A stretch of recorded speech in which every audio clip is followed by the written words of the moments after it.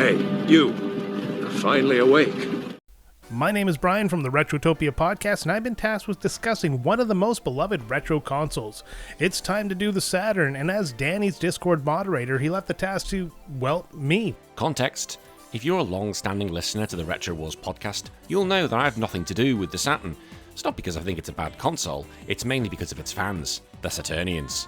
All they do is infest podcasts around the world to make sure the Saturnians rule all, and I refuse to have it. So because of that, I'll have nothing to do with the Sega Saturn, thank you very much, whether it be the Retro Wars podcast or the YouTube page, because you all disgust me, you silly Saturnians. Until then, I asked Brian from the Retrotopia podcast to do this for me, because as I said, this thing is a plague, I want nothing to do with it. So anyone listening and anyone watching this video, you go enjoy your Sega Saturn video. I'm off for a pint, I'll see you later. It was the mid-90s and Sega was aiming to revolutionize gaming once again with the launch of the Sega Saturn. Packed with powerful hardware and ambitious features, the Saturn had the potential to be a game-changer in the console wars. But alongside its groundbreaking titles and cult classics, there were some major missteps, especially regarding the games. While the system offered some true gems, it also saw its fair share of questionable releases that left players confused, frustrated, or disappointed. In this video, we're digging into the darker side of the Saturn's legacy by exploring some of the worst games ever to hit the system. These weren't just forgettable, they were just outright baffling, whether due to poor design, broken mechanics, or a complete lack of polish. From awkward controls to half-baked ideas, these titles became infamous for all the wrong reasons. This is a look at the Saturn's most notorious misfires, the 7 worst games ever to grace the console. Street Fighter the movie. When Capcom teamed up with Hollywood to produce a live-action adaptation of Street Fighter, the results were mixed. But what really raised eyebrows was the decision to turn that movie into a game. Released in arcades in 1995 and ported to the Sega Saturn in 1996, Street Fighter the movie was developed not by Capcom themselves, but by American developer Incredible Technologies for the arcade version, and later by Capcom for the home consoles. The Saturn version attempted to replicate the film's likeness and visuals while retaining the fighting mechanics the franchise was known for, but the outcome was more bizarre than brilliant. The most glaring issue from the start is the graphics. Instead of the crisp, hand-drawn sprites fans loved in Street Fighter II or Alpha, the Saturn version used digitized actors in a style reminiscent of Mortal Kombat. Unfortunately, the quality was wildly inconsistent. The digitized visuals looked muddy and stiff, with the actors often resembling cardboard cutouts pasted on static backgrounds. Animations were clunky and unnatural, with noticeable frame skipping and awkward transition between moves, making the entire game feel off-brand and amateurish. The story, as expected, closely follows the chaotic plot of the 1994 Street Fighter film. Players are thrown into a military-themed world where Colonel Guile leads the charge against the evil dictator M. Bison. However, instead of fleshing out the characters or adding depth, the game relies heavily on shallow voice clips and grainy cutscenes. Characters like Chun-Li and Ryu are reduced to caricatures, and the dialogue is as wooden and nonsensical as the movie it's based on. There's no emotional payoff or narrative cohesion, just awkward tie-ins and recycled lines. Gameplay is perhaps the most damning aspect of Street Fighter the movie on Saturn. While it mimics the structure of traditional fighting games, the controls feel sluggish and unresponsive. Combos that work in Street Fighter II are either missing or frustratingly inconsistent. Collision detection is poor, resulting in attacks that clearly connect visually but fail to register. Special moves are difficult to execute, and the balancing is laughably bad. Some characters are borderline broken, while others are practically useless. Critics and fans alike lambasted the game upon release. While some were intrigued by the novelty of playing as Jean-Claude Van Damme's Guile, the novelty wore off quickly. Most found it a step backwards for the franchise, especially in the light of the superior offerings like Street Fighter Alpha. Sega Saturn owners were particularly disappointed as they had fewer quality fighters to choose from compared to PlayStation owners, making the failure of this title more pronounced. Technically, the game was also a mess. Loading times between fights were long and jarring, often breaking the immersion even further. The game tried to include digitized voice clips and cinematic interludes, but these just made the disc chug and sputter on the underpowered Saturn hardware. Attempts at flair, like over-the-top special effects or camera zooms, only added to the disjointed feel of the game. The legacy of Street Fighter the movie is one of infamy. It is routinely mocked by fighting game fans and is often held up as a textbook example of how not to adapt a film into a game. Capcom wisely swept this entry under the rug and returned to its 2D roots shortly afterwards. Despite bearing the Street Fighter name, the game is rarely acknowledged in canon and is usually left off any official compilations or retrospectives. Today, Street Fighter the movie for Sega Saturn is remembered not for its innovation and entertainment value, but for its spectacular failure. It's a relic of a time when brand recognition was enough to greenlight anything, even a fighting game based on a movie based on a fighting game. It remains one of the lowest points of Capcom's storied history and a cautionary tale for the industry at large. Metal Violator Hyelide. Based on the cult Japanese film A Mechanical Violator Hyelide, this Sega Saturn game was supposed to cash in on the movie's popularity by offering fans an interactive action experience. Developed and published by Bandai in 1996, this title is little more than a shallow, clunky third-person shooter that lacks the charm or cinematic flair of its source material. While the character design was directly lifted from the Tokusatsu film, the actual game felt like a generic and barely functional shooter. Visually, Metal Violator Hyelide is a mess. The Saturn's 3D capabilities were already behind the curve when compared to the PlayStation, and this title showcased those limitations in painful detail. Characters are blocky and unrefined, environments are bland and repetitive, and effects like explosions or muzzle flashes are laughably rudimentary. The developers attempted to add a film grain filter to emulate the movie's gritty aesthetic, but it only made the visuals more muddled and hard to parse. The narrative is just as confusing. Hyelide is meant to be a morally ambiguous anti-hero in a dystopian world, but the game fails to communicate this effectively. Story beats are buried in vague mission description and poorly translated cutscenes. Dialogue is sparse and awkward with robotic voice acting that strips away any potential emotion or tension. Instead of immersing players in a dark sci-fi story, the game ends up feeling like a loosely strung together collection of random shooting segments. Gameplay suffers from a sheer lack of polish. The camera system is perhaps the worst offender, swinging wildly and often getting stuck in walls or clipping through objects. The shooting mechanics are stiff, with imprecise aiming and a lack of satisfying feedback from weapons. Enemies are either laughably weak or absurdly overpowered, making combat feel both tedious and frustrating. There are no real checkpoints, and dying means repeating long, boring sections with minimal variation. The game was poorly received in Japan, where expectations were somewhat higher due to the film's popularity. Critics noted its shallow gameplay and muddy visuals, and it quickly became a forgotten entry in Bandai's game catalog. There was no international release, which may have sparred Western audience from experience one of the worst adaptations on the Saturn. Technically, the game struggles to maintain a consistent frame rate, with constant slowdowns during firefights. Audio design is equally poor, with a repetitive soundtrack and sound effects that feel pulled from a stock library. The ambitions of creating an atmospheric shooter based on a dark sci-fi film was present, but the execution was far from acceptable. As a legacy title, Metal Violator Hyelide barely exists in the gaming consciousness. It never saw a re-release, remaster, or fan following. It's mostly known by hardcore collectors or fans of obscure Japanese media. In the end, it stands as another example of how not to adapt a movie into a video game, especially when the development team clearly lacks the resources or vision to match the cinematic tone of the original work. Sonic R. Released in 1997 for the Sega Saturn, Sonic R was Sega's attempt to bring the blue blur into the realm of 3D kart-style racing, a genre that was rapidly growing in popularity thanks to games like Mario Kart 64 and Diddy Kong Racing. On paper, it sounded like a dream come true, Sonic and friends dashing through colorful tracks with power-ups and shortcuts galore. However, the final product was anything but a dream. Instead, Sonic R ended up as one of the Saturn's most infamous misfires, plagued by technical issues, baffling design choices, and gameplay that just didn't feel right. One of the most immediate and glaring problems with Sonic R is its controls. While other racing games relied on vehicles to provide weight and consistent traction, Sonic R attempted to translate Sonic's on-foot speed into a racing format. This resulted in characters that felt floaty, slippery, and unresponsive, making maneuvering a frustrating ordeal. Trying to make tight turns or avoid obstacles often led players careening into walls or falling off ledges, moments that feel more like the game is punishing the player than providing a fair challenge. The level design further compounds the control issues. Rather than straightforward racetracks, Sonic R's courses are sprawling, maze-like environments with multiple paths and hidden areas. While the idea of exploration in a racing game is unique, it clashes with the need for speed and clarity. The poorly marked paths and confusing layouts make it easy to get lost mid-race, turning the experience into a hunt for the correct route rather than a competition of skill. The fact that there are only 5 tracks makes the lack of polish and replay value even more noticeable. The game also suffered from an inconsistent frame rate and subpar visuals, even by Sega Saturn standards. The draw distance is painfully short, with environments popping in as you move forward, and the camera often works against the player, refusing to offer a clear view of where you're going. The 3D engine, developed by Traveler's Tales, was ambitious but still ill-suited to the Saturn's notoriously difficult hardware.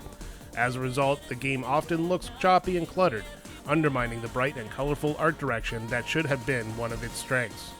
Sonic R's character roster is another missed opportunity. While it includes Sonic, Tails, Knuckles, Amy, and Robotnik, the rest of the unlockable characters are bizarre and uninspired. Instead of expanding the universe with fan favorites, players are often given robotic, recolored versions of the main cast, like Metal Knuckles and Tails' doll. These choices feel lazy and devoid of personality, especially when the Sonic franchise is known for its wide range of vibrant characters that could have been utilized. The soundtrack, composed by Richard Jacques and featuring vocals by T.J. Davis, is one of the most divisive aspects of Sonic R.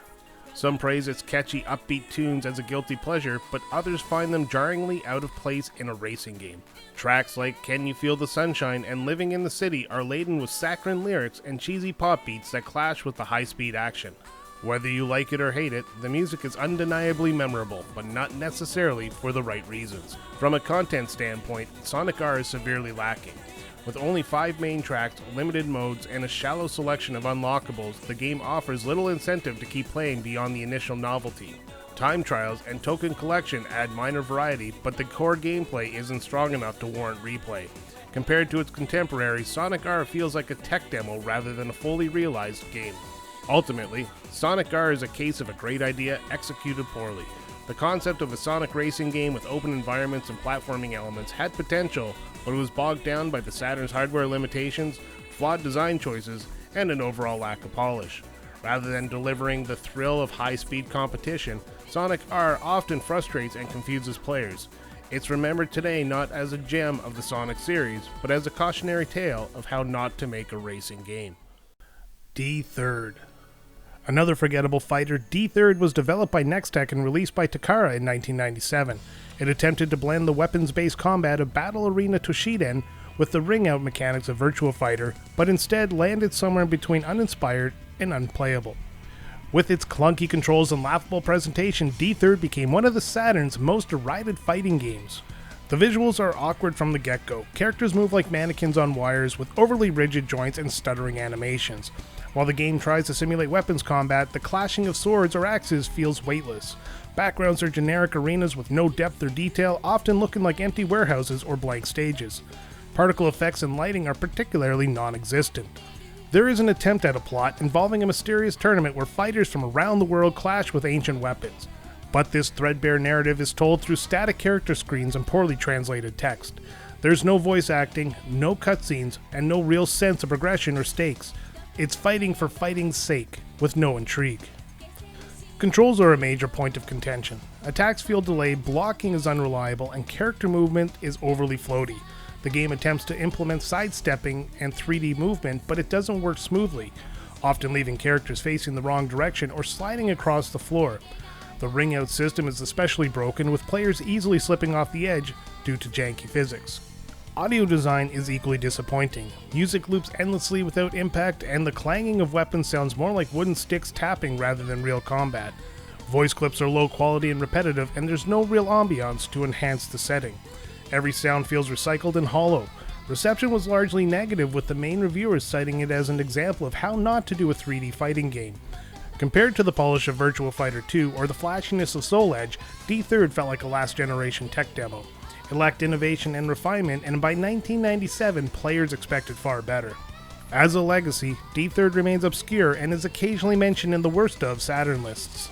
It never gained a cult following, and its failure helped reinforce Takara's reputation as a publisher of low-tier fighters. It's a reminder that slapping weapons onto bad mechanics doesn't automatically make a fighting game more compelling.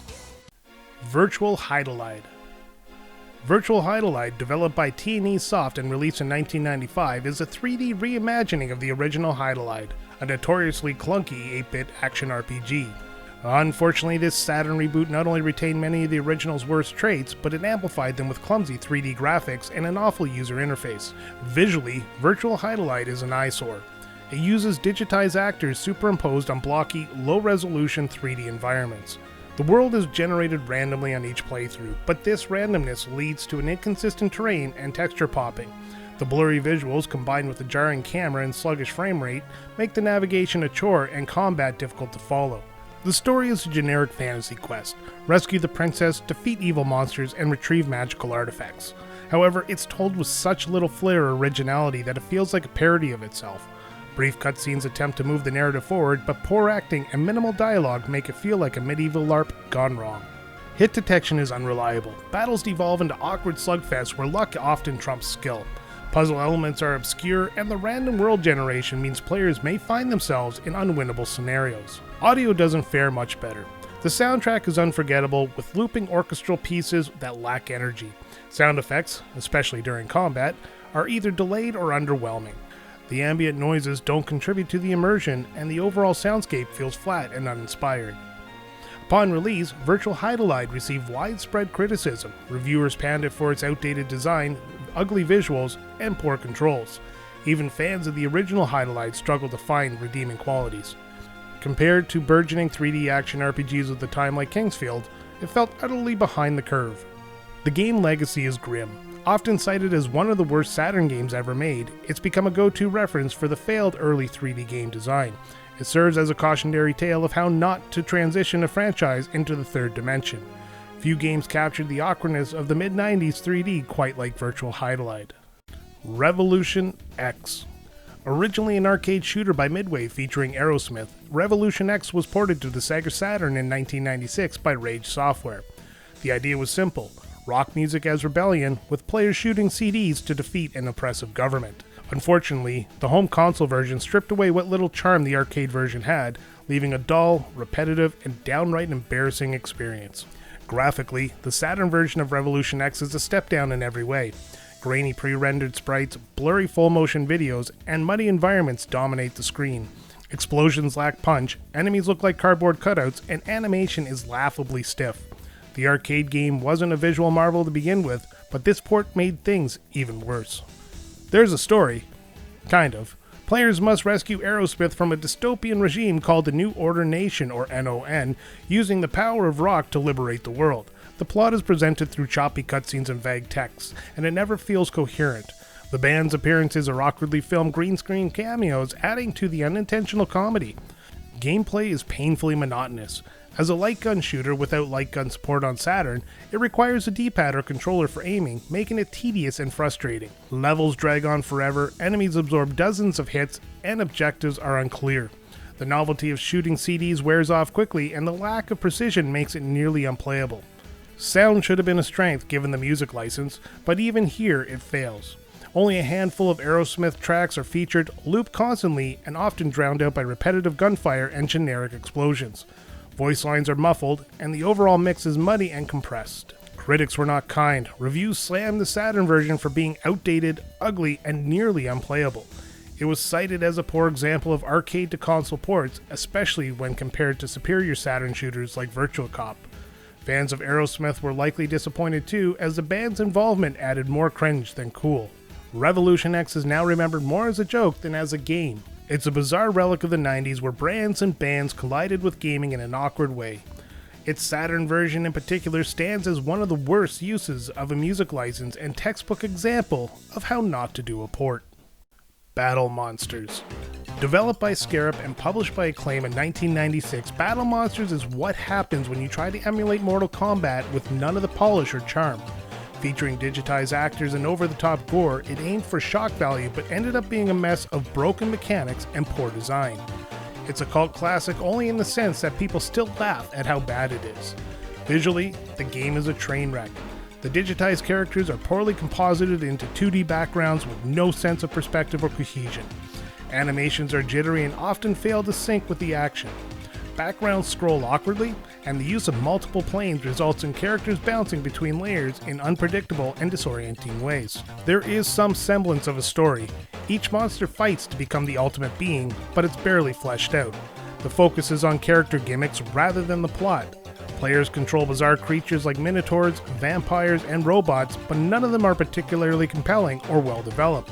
It's more of a sideshow than a narrative. Gameplay is chaotic in the worst way. Controls are stiff and unresponsive, with hit detection that feels random. Characters juggle awkwardly between planes, and environmental hazards add confusion without strategy. The multiplane combat system sounds interesting on paper, but is implemented so poorly it breaks the game flow completely. The sound design is equally jarring. Punches and kicks sound like generic smacks, and voice clips are low quality and repetitive. The music is loud and aggressive, but not in a good way. It quickly becomes grating. Combined with the visual mess, it creates a sensory overload that is difficult to endure. Reception was overwhelmingly negative. Critics mocked the game's ugly visuals, poor gameplay mechanics, and lack of coherence. Even as a budget title, it was considered a waste of money. Some reviewers at the time wondered how it even passed quality assurance. Despite its failures, Battle Monster has gained a small reputation among bad game enthusiasts for its sheer absurdity. It's frequently listed among the worst fighting games of all time. Its legacy is one of infamy, remembered not for its innovation or fun, but as a cautionary tale of overambition and under-delivery. The Sega Saturn has its share of fantastic titles, but for every Nights into Dreams or Panzer Dragoon, there were missteps like Battle Monsters and Virtual Hydlide. These 7 games represent some of the most notorious examples of poor design, broken gameplay, and wasted potential on the platform.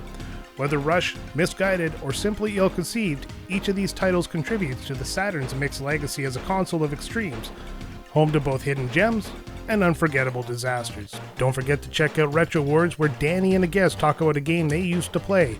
My name is Brian, and if you want to hear more from me, you can check out Retrotopia every Sunday, wherever you get your podcasts.